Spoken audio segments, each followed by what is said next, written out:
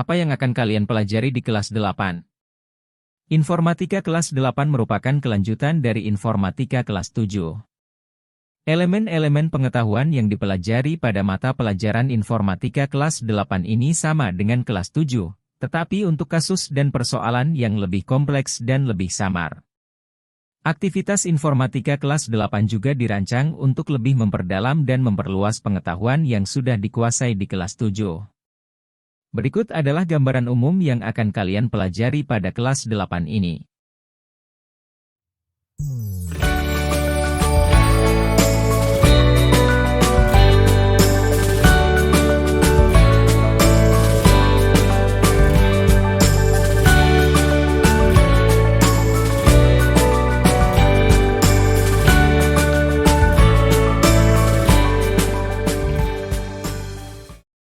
Satu, pada bab berpikir komputasional, BK, kalian akan belajar mengenai fungsi, algoritma dengan kasus yang lebih kompleks, representasi data, khususnya mengenai himpunan, logika, dan representasi bilangan, dan struktur data stack, tumpukan.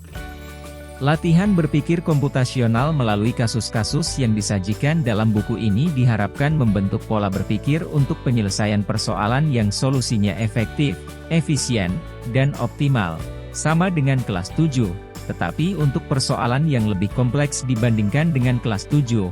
Dan contoh bahasanya adalah persoalan terkait konsep komputasi dan representasi data. 2. Pada bab teknologi informasi dan komunikasi, TIK, kalian akan memanfaatkan aplikasi pengolah kata, pengolah lembar kerja dan presentasi untuk mengintegrasikan konten setiap aplikasi, menghasilkan dokumen yang lebih kompleks. Selain itu, kalian akan belajar untuk merangkum bacaan digital karena teknik membaca digital berbeda dengan membaca bahan cetak. Kemampuan membaca bacaan digital sangat diperlukan di abad ke-21 karena akan lebih banyak bacaan digital ketimbang bahan bacaan cetak. Kalian akan diberi ide untuk memanfaatkan laboratorium virtual yang saat ini banyak tersedia dengan sajian menarik sehingga dapat menjadi inspirasi dalam melakukan percobaan-percobaan yang sulit dilakukan di laboratorium nyata. 3. Pada bab sistem komputer, SK, kalian akan belajar mengenai fungsi sistem komputer, gerbang logika pada CPU, dan pengalamatan memori. Jika di kelas 7 kalian hanya memandang komputer dari tampak luar, di kelas 8, kalian akan masuk ke dalam komputer.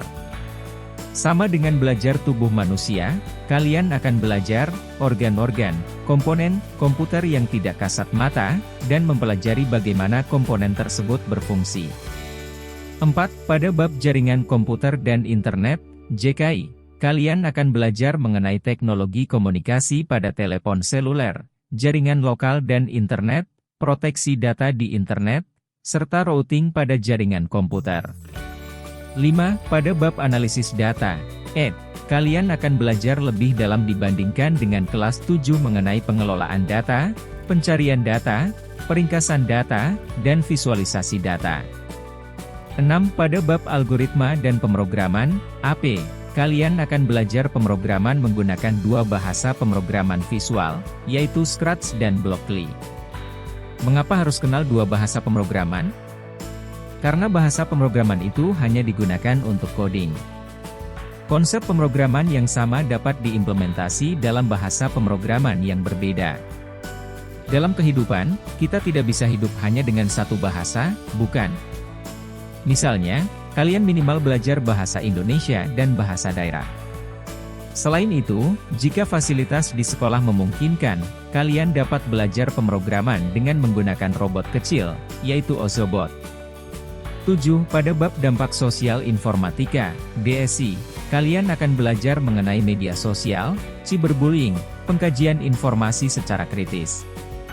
Apa yang baik sebaiknya menjadi dasar kalian berperilaku di dunia maya.